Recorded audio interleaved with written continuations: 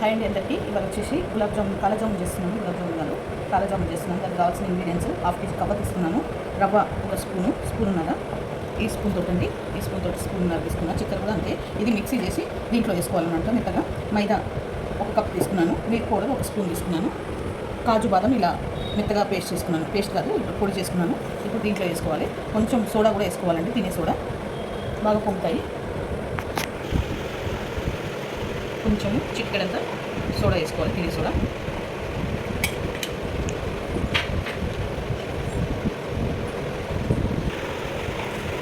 ఇప్పుడు షుగరు రవ్వ మిక్స్ వేసుకున్నాను అనమాట. ఇప్పుడు రవ్వ మైదా చూసుకుంటూ కలుపుకోవాలి ఎంత పడుతుంది అనేది.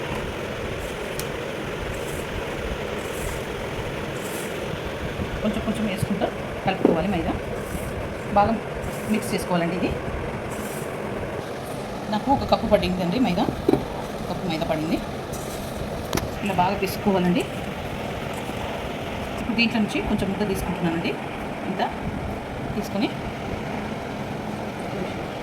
కొంచెం రెడ్ ఫుడ్ కలరు కలుపుతున్నాను దీంట్లో. దీంట్లోనే ఈ కాజు బాదము పేస్ట్ ఇది మిక్స్ చేసుకున్నాం కదా, ఇదంతా కలుపుకోవాలన్నమాట. ఇలా ఇలా ముద్ద చేసుకోవాలండి. ఇది ఇలా బాగా ఇంత బాల్ తీసుకోవాలండి. ఇలా బాగా ప్రెస్ చేసుకుంటూ ఇలా బాగా నంచుకోవాలి. పిండి ముద్దని నంచుకొని ఇలా చేసుకొని ఇలా బాల్స్ ఇవన్నీ బాల్స్ ఇలా చేసుకోవాలి. ఇది మిడిల్లో పెట్టుకొని ఇదంతా ఫీల్ చేసుకోవాలి. ఇదంతా ఫీల్ చేసుకొని ఇలా సిలిండర్ షేప్, లేకుంటే రౌండ్ అయితే రౌండ్, సిలిండర్ అయితే సిలిండర్ చేసుకోవాలండి.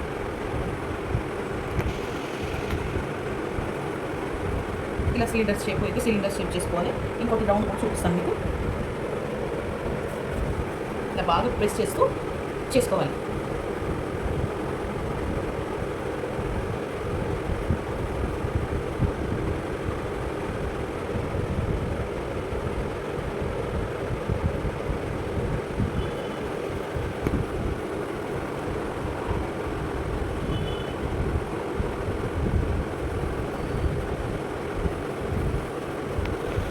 రౌండ్గా సిలిండర్ లాగా కావాలంటే సిలిండర్ లాగా, రౌండ్ కావాలంటే రౌండ్గా చేసుకోవచ్చు. ఓకే అండి. డీప్ ఫ్రైకి సరిపోయేలా ఆయిల్ పోసుకుంటున్నాను.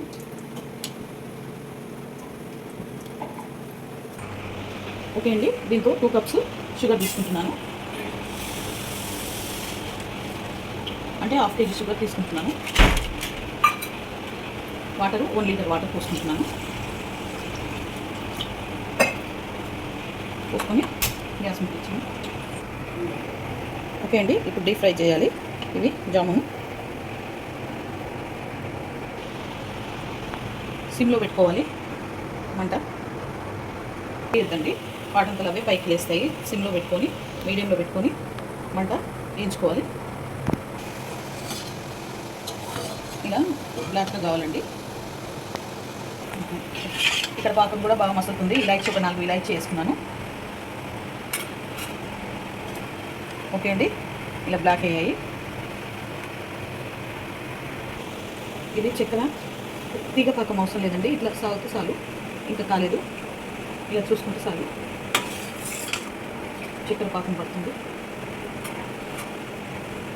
ఓకేనండి. పాకం అయింది. ఇక బంద్ చేసుకుంటున్నాను. ఇప్పుడు గులాబ్ జాములు అవుతున్నాయి. అన్నీ ఒకసారి అయినాక వేసేసుకుంటాను.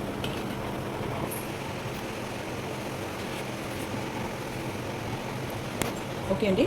ఇప్పుడు ఇవన్నీ అయిపోయాయి గులాబ్ జాములు, కాలజామును. దీంట్లో పాకంలో వేసేసుకుంటున్నాను. పాకం కింద పెంచుకొని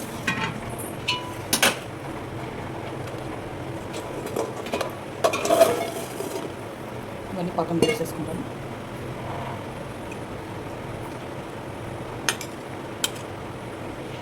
ఇది ఒక 4 అవర్స్ నానాలండి. నానితే గులాబ్ జాములు మంచిగా వస్తాయి. ఓకే అండి. ఈ వీడియో కనుక నచ్చితే లైక్ చేయండి, షేర్ చేయండి, కామెంట్ చేయండి, సబ్స్క్రైబ్ చేయండి. చాలా బాగుంటుంది. మీరు కూడా ట్రై చేయండి నాలా.